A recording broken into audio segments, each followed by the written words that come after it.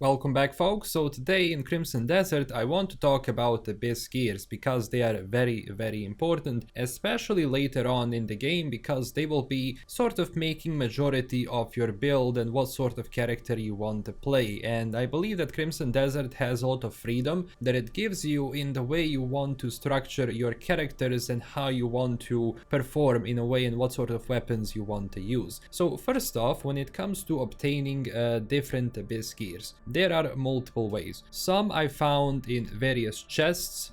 They were dropped by certain enemies randomly. Some you will actually get by defeating certain bosses or finishing certain missions. And some of these, like special Abyss gears, will be a part of weapons you find throughout the world itself. There are ones which you can equip on the weapons, gloves and footwear, and some which do go on your armor. Keep one thing in mind. Because it says here, equipable on weapons, gloves and footwear, that means if we put attack 1 on the gloves, it does not mean that every single attack with a sword is going to give us that +1 attack. It means that only that +1 attack is going to be on our gloves because, well, Crimson Desert does have unarmed combat. And if you're using good, gloves, or if you want to prioritize unarmed combat, well, that can be playing a role in it. But certain things will also be playing a role in your overall character, including, for example, defense here, which is going to go across all of our characters. So it's not only going to be just for the gloves themselves. Same for the boots. So if I put +1 attack or whatever on the boots, that means that attack is only going to be applied when we attack with the boots themselves or when we do leg kicks, whatever.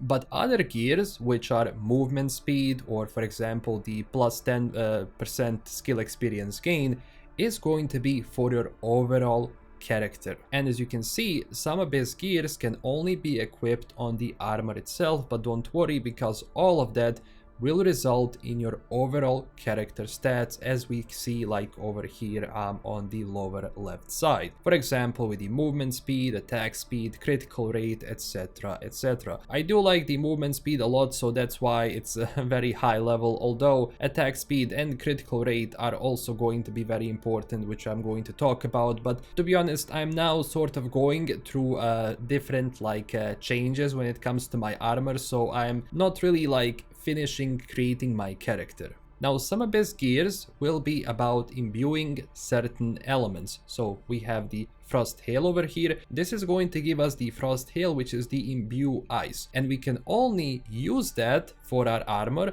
when we have ice unlocked as an ability within the game, or when we have that element unlocked in it. If you don't have this, you will not benefit from it until you have it unlocked. While some Abyss gears can be activated while using certain attacks. So we have the Ground Surge here, which activates on any melee weapon if we do left or right mouse click, or well, the controller equivalent. It will tell you depending on what sort of controls you play. And some Abyss gears, like the Finisher, is going to activate itself every single time you initiate a finisher on the enemy, so keep that in mind. Now, there are different ways to play around this, depending on, again, what sort of character you want to play, and I noticed that some Abyss gears can be more or less useful. Honestly, like Arrow Rain, I used it for a bit to see how it is. It didn't really do much, because even though I initiate the finisher and you have a bunch of rains fall every single time, I noticed that it doesn't really do a lot of damage. Even though you have, let's say,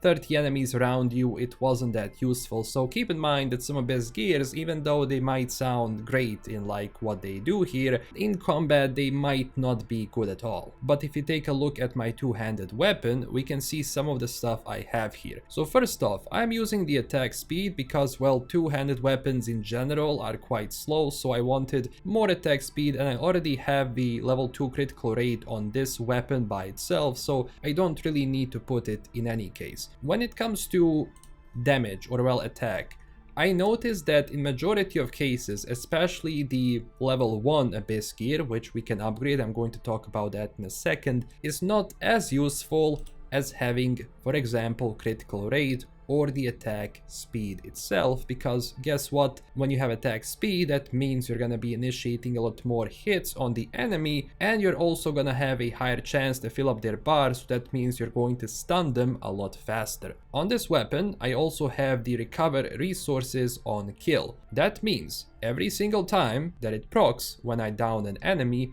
my stamina, spirit and health is going to return. But you do have specific abyss gears that will siphon health or spirit or stamina every single time you fight someone. Now again, some of the things I noticed that these siphons were not really that useful, especially if you have a lot of cooked food. So I ended up not just using them. Maybe on the higher level the siphon is gonna be a lot more useful, but right now on level 1, even when I was fighting multiple enemies, I just ended up healing with food and it wasn't really that useful. But you see here, I also have additional abilities I can activate with certain attacks. So because I use my heavy attacks a lot, I'm going to put the Aether's Orb here because, well, this Aether's Orb is incredible to actually attack enemies with, because it stuns them as well, giving me more opportunity to strike. But if I do a left shift and the left click, I'm going to initiate another attack which also stuns more enemies who are like within my reach, and it actually does more damage to them. I also have the Wind Slash on it because this activates after a certain action, which is going to do a lot more damage, and not only do a damage to one enemy but will also cleave other enemies behind them, meaning it will also do damage to them. But keep in mind that some attacks using these abyss gears will either take more of your stamina or more of your spirit. So you have to think, okay, if I'm going to put a lot of these abilities on one of my weapons and I don't have enough spirit or I don't have enough stamina, does that mean I'm going to lose all of that stamina and all of that spirit fast, leaving me open to attacks? That's why I have this, which sort of proved useful because I got a lot of those like resources back. But on my other weapon, you see I have this abyss gear, Lightning God Affliction, which I got as a reward for fighting a titan. So again, as I said, fighting bosses, they will give you some weapons or whatever drops that you can extract and put them into any weapon you have. So if you find a certain armor or a weapon, and if you do not like the weapon, you want to keep using your one, you can extract all of these things and put them into your main weapon. So that's pretty good when it comes to that. And you can also like see how many available sockets the weapon is going to have. They're not going to be unlocked by default. You have to go to a witch to have them unlocked, and they cost a decent amount of silver, so just be prepared for that. Now, when it comes to regions, that means stamina regen, health regen, spirit regen. This +2 means how fast this resource is going to regen on itself. And these things can be proved very useful, especially the health one, in case you just finished fighting and maybe you don't want to use a piece of food. You can just wait and it's going to be like replenishing that resource for you a lot faster. Climb speed multiplier is also nice, although depends, especially later on once you have a lot more stamina and you have a lot more abilities. This also, at least at this 2% didn't really prove all that useful. Now, some abyss gears can only be equipped on a bow, like we see here. This one gives us 40% chance not to consume arrows. Now, if I look at my bow, I don't have it equipped right now, which I saved for this video. So I have the critical rate 1, attack 1, and I have the plus 4% damage to mighty foes. That meaning those foes that have the little star when you fight them. So not the regular types, but those more like advanced types you play against. Now, there are some abyss gears like the immunity.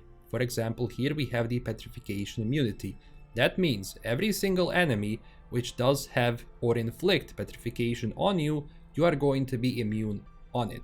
But if you're not fighting enemies at the moment which do inflict this, you don't have to use it, so you can always extract it, put it back in your inventory or well in your private storage and save it for later. But here I have the Orbs of Lightning, which imbue lightning every time I activate my ability. So let me show you how that looks. So, because I have my lightning unlocked, I don't have the frost and fire and wind now unlocked, which I'm going to unlock very soon. But because I can choose lightning here, and every time I press 3 on my keyboard, this is what it does. So that means, oh, I have to move because it does damage to me as well. So every time you have different ability for certain imbue elements, they will act differently. So maybe you find a different like imbue lightning ability that will do a different one every time you initiate it. So that, keep that in mind. This is your additional ability which you can use. And as I said, some of these abyss gears can only be activated if you parry an enemy before they strike you. Now, again, I noticed that these things especially are very good against bosses, which you can parry. Against normal enemies, it can be hit or miss because in general you're gonna be doing a lot of damage, so these things don't play a huge role. This is extremely useful if you're fighting stronger enemy, which you can parry, because that means every single time you parry, they're going to take additional damage. But let's say you are not happy with your abyss gears. So what we're going to do is that we're going to visit a witch. And the best time to do this is in chapter 5 of the game, when you unlock your first witch. And these witches will also be selling you different recipes which you can buy for you to be able to craft and do various stuff with it. So let's see how it goes. So first off, as we can see, we can create sockets here. That means if I unlock 2 sockets, this is going to cost me 70 silver, which means I can put an abyss gear in it. So now if we go into the embed abyss gear and I click on the nobleman's bow, I'm going to put additional one here, like the 40% chance not to consume arrows. So this one is pretty good to have. And then of course you can have something else. You can add additional one like 4% damage to mighty foes. You can have the health siphon. You can have a critical rate against certain armor. So every single time you're fighting against people with leather armor, you're going to give +2 critical rate chance. Also, we have the critical rate against plate armor, and we have the 2% chance of the critical rate against the cloth armor. So you can mix and match these depending on, again, what sort of enemies you're fighting, but at least on level 1 they are really not that useful. So I'm going to put maybe another shred here and, you know, call it a day. It doesn't cost anything, so you can just do it whenever you want. To extract certain things from here, like the defense or movement speed, I'm going to extract them because I'm going to use this abyss gear to upgrade it, and I'm going to show you exactly how. So I took these 2 out. Let me see what else do I have at my disposal. I have another defense. I'm going to extract this. And because I don't use that piece of armor, it doesn't matter. So now we can do different stuff. First off, when it comes to crafting abyss gear, you're gonna be buying blueprints and recipes from these witches, and some of them you have at your disposal immediately. So for this you will need like a butterfly, an abyss cell, and a diamond to craft it, and for the others you will need like different resources like the cockroach here, you know, whatever. But in most of the stuff, like, it's going to be like materials you're gonna be finding anywhere, so it's not really that big of a deal. But we also have synthesis, which if we combine these 2 that have the defense of 3, we can have defense 6, which is pretty good. So I'm going to take 2 fortification 1s, and I'm going to now put them into the fortification 2, which puts us defense at 6. So that means if you have a bunch of duplicate ones, you can combine them, make them stronger, and have more space, or well, equip even more abyss gears on your equipment, especially with the ascent here, etc, etc, or vitality, fortification. So we need a fortification 2, level 2, to have defense at 9 for the fortification 3. So now I remember, okay, in my let me see, so yes, my plate gloves of the shadows, I have defense 6, so I already have 1 fortification 2 and 1 fortification equipped. How can I make it better? Well, I'm going to extract this, I'm going to go here, I'm going to go to synthesis, and I'm going to upgrade it even more, which is going to give me even more defense. And now I have a better one, fortification 3. So what I'm going to do is I'm going to embed this new one as soon as I find it, fortification 3, and I have even more defense on my piece of armor. So that means I saved up some slots and I made my armor piece even better. Another Abyss gear which proved really good to me is the food effect level +3. That means all of the effects on your food, including healing, is going to be much better every time you eat. That means I'm going to save on my food and I'm going to replenish even more stuff every time I use it. So again, another useful Abyss gear. But let's say we want to do synthesis. That means we can combine different ones and see what the result is going to be. So I have Destruction 1 and Malice Bane 1. What happens if I combine these two? Let's see. So now, because I did a synthesis, that means I turned two of these Abyss gears into something new. That means we got Companionship 1, which means we have the +1 pet trust gain. Again, not that useful, but we can mix and match here and experiment to see what else is going to be useful for us. So let's do another synthesis. Let's put Destruction, and for this we can put maybe if I take Attack 1 and Companionship 1, what will happen? We got Hexabane 1, and if we go back into our inventory, we see that we got a really good one which gives us +4% damage to earthen beings. That means if we have a bunch of different stuff that we crafted, we can mix and match them and go through those like synthesis and different like extractions to make the character that we want to make, ultimately increasing everything here to make it even stronger than before. So look at this, I have stamina regen +2, but here I also have stamina regen +2. So that means I have basically two of these that I can make this even better. So what we're going to do is we're going to extract this, we're going to synthesize these, we're going to combine them and then re-equip them, because that's going to give me even more stamina regen. We're going to extract the one that I have here like this. So now stamina, I'm going to have +4. So now I go to embed and we find the stamina. Here we go, and we embed it. And that's it. Now I have even more stamina regen, which means I made my character even better. Of course, for tier 2 fusions or tier 3 fusions, we must have level 3s or level 2 of these Abyss gears. So that's pretty much how you do with them. So let's say I want to put, I don't want Shred, Surface. Let's see what happens. I mean, I already have enough experience, so it doesn't matter. Let's see what happens if I combine these two. I'm going to get this, and guess what?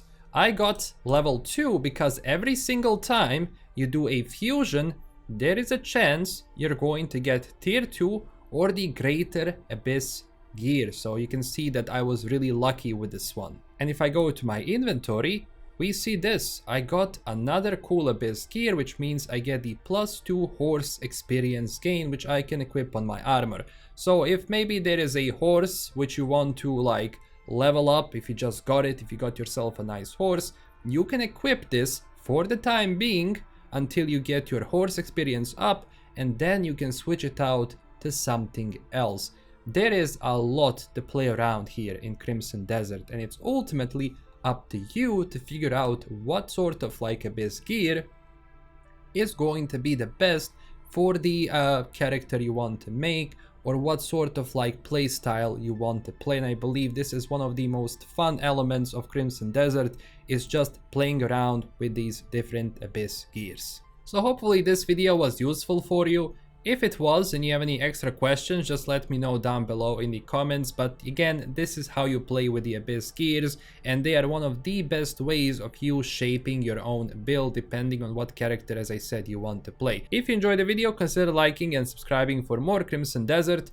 Tell me down below if you have any questions. Also visit us on socials, and huge thanks to my Patreon supporters. This is LKM signing out, and I will see you soon with a new video. Bye bye.